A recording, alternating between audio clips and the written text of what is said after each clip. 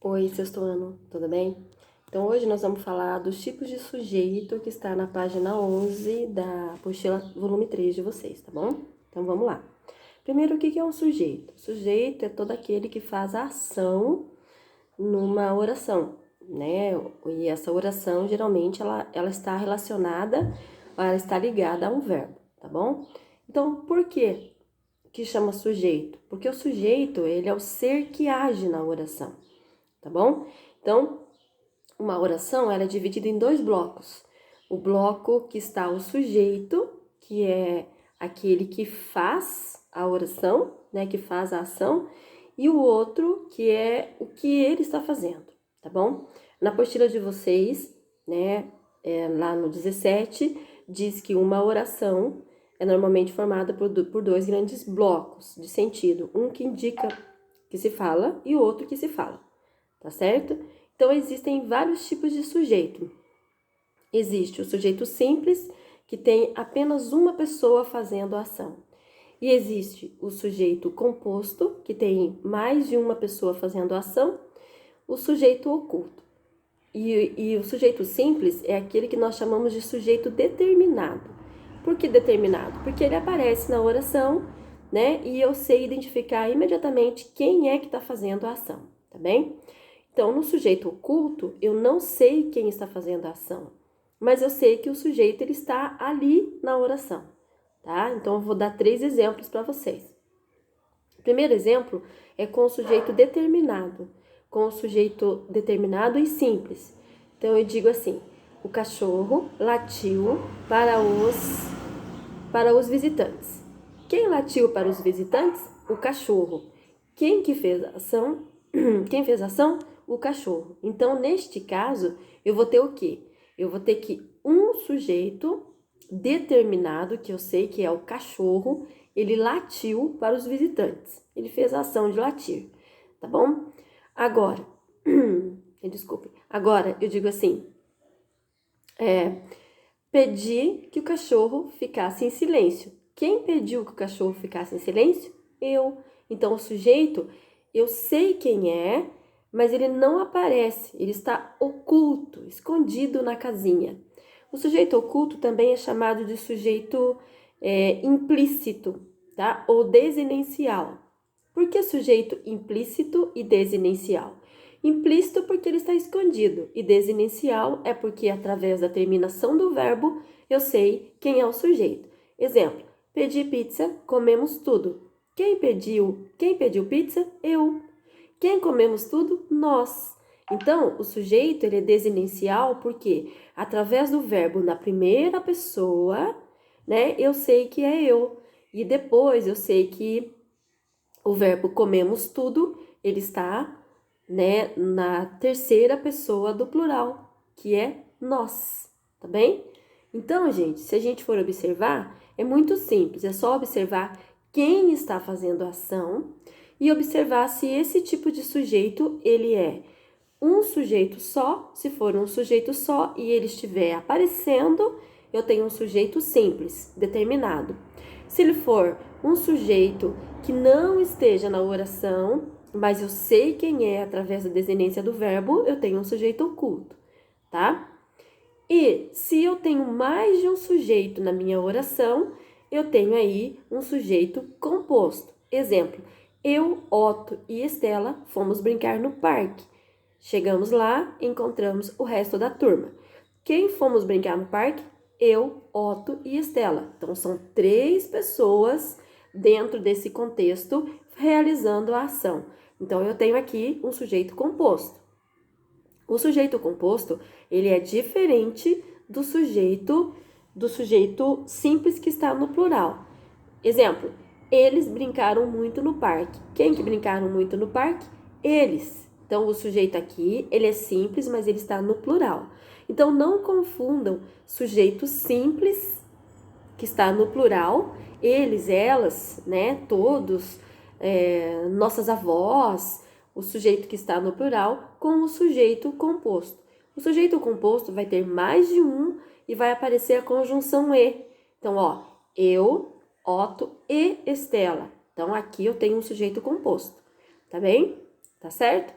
Então, se a gente for observar, agora nós falamos do sujeito simples, que é aquele sujeito que aparece determinado, eu sei quem é, e é um sujeito só ele faz a ação, né? O cachorro mordeu o meu pé. Quem mordeu o meu pé? O cachorro.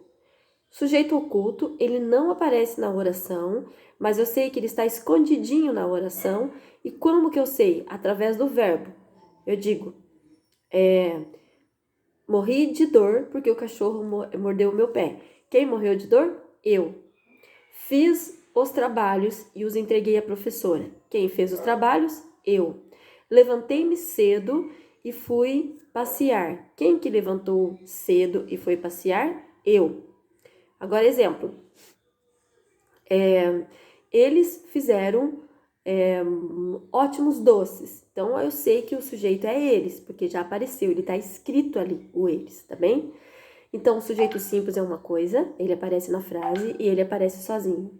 O sujeito oculto, ele não aparece na frase, ele está escondido, mas eu sei quem ele é através da desinência do verbo. E o sujeito composto é mais de uma pessoa fazendo a ação. Meus tios e minhas avós vieram nos visitar neste fim de semana, tá bom? Tá mentira. Mas, porque é para ficar em casa, não é para visitar ninguém. Mas, enfim, meus tios e meus avós vieram nos visitar este fim de semana. Quem vieram nos visitar este fim de semana? Meus tios e meus avós, tá certo? Então, aqui nós vimos 3 tipos de sujeito. O simples, o oculto, o indeterminado, tá? Eu vou parar nesses 3 tipos e depois eu explico os outros, tá? Pra gente fazer um passo a passo bem bacana para todo mundo entender corretamente. Lá na página 11, o exercício 17, tem um texto, lá e acolá. Algumas áreas de Xanxã parecem grandes canteiros de obras. A restauração é feita meticulosamente, seguindo os desenhos originais, tanto nas salas cujas paredes de losango são refeitas com a mesma proporção de antigamente, como na decoração dos muros. Letra A.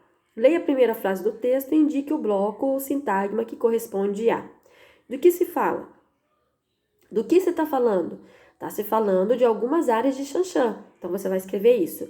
De algumas áreas de Xanxã. Lembrando que toda vez que eu retiro do texto, eu devo colocar entre aspas. O que se fala? Parecem grandes canteiros de obras. Também entre aspas. A letra B. Quais os núcleos desses 2 sintagmas? Os núcleos são as partes mais importantes. Sempre que perguntar do núcleo, vai ser o sujeito sozinho. Então, vai ser áreas, né? E depois vai aparecer o verbo também. Então, vai ser área e parecem, tá bem? Você vai colocar essas 2 palavrinhas com a vírgula e entre aspas. Letra C.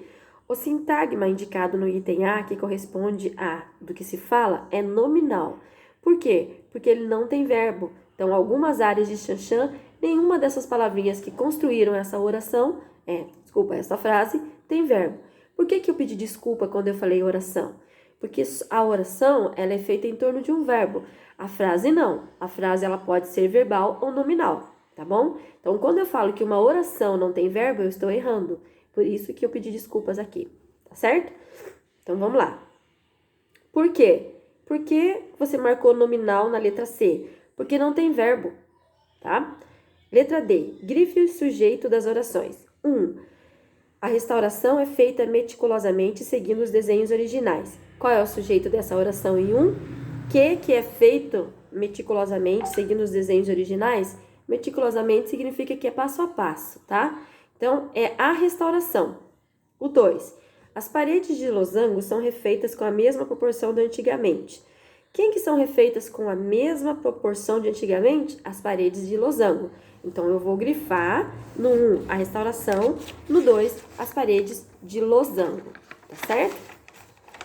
Então, por hoje, a gente vai fechar essa página, né?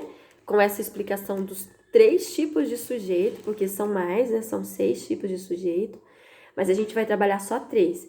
Ainda faltou o indeterminado, faltou o sujeito indeterminado, faltou o sujeito, que eu falei do sujeito simples, o oculto e o composto. Faltou o indeterminado e faltou o inexistente. São 5 tipos de sujeito e não 6. É que quando a gente explica o sujeito indeterminado, você vai ver que ele tem uma série de regras E aí, então, ele tem uma subdivisão. Então, é por isso que eu vou deixar para explicar esses dois na próxima aula, tá bem? Então, por hoje, fica essa aula aí para registrar o que é o sujeito, né? E quais são as suas classificações. E a gente classificou os 3 e fez os exercícios 17 da página 11, tá certo? A gente retoma na nossa aula online, então. Beijos, até depois. Tchau!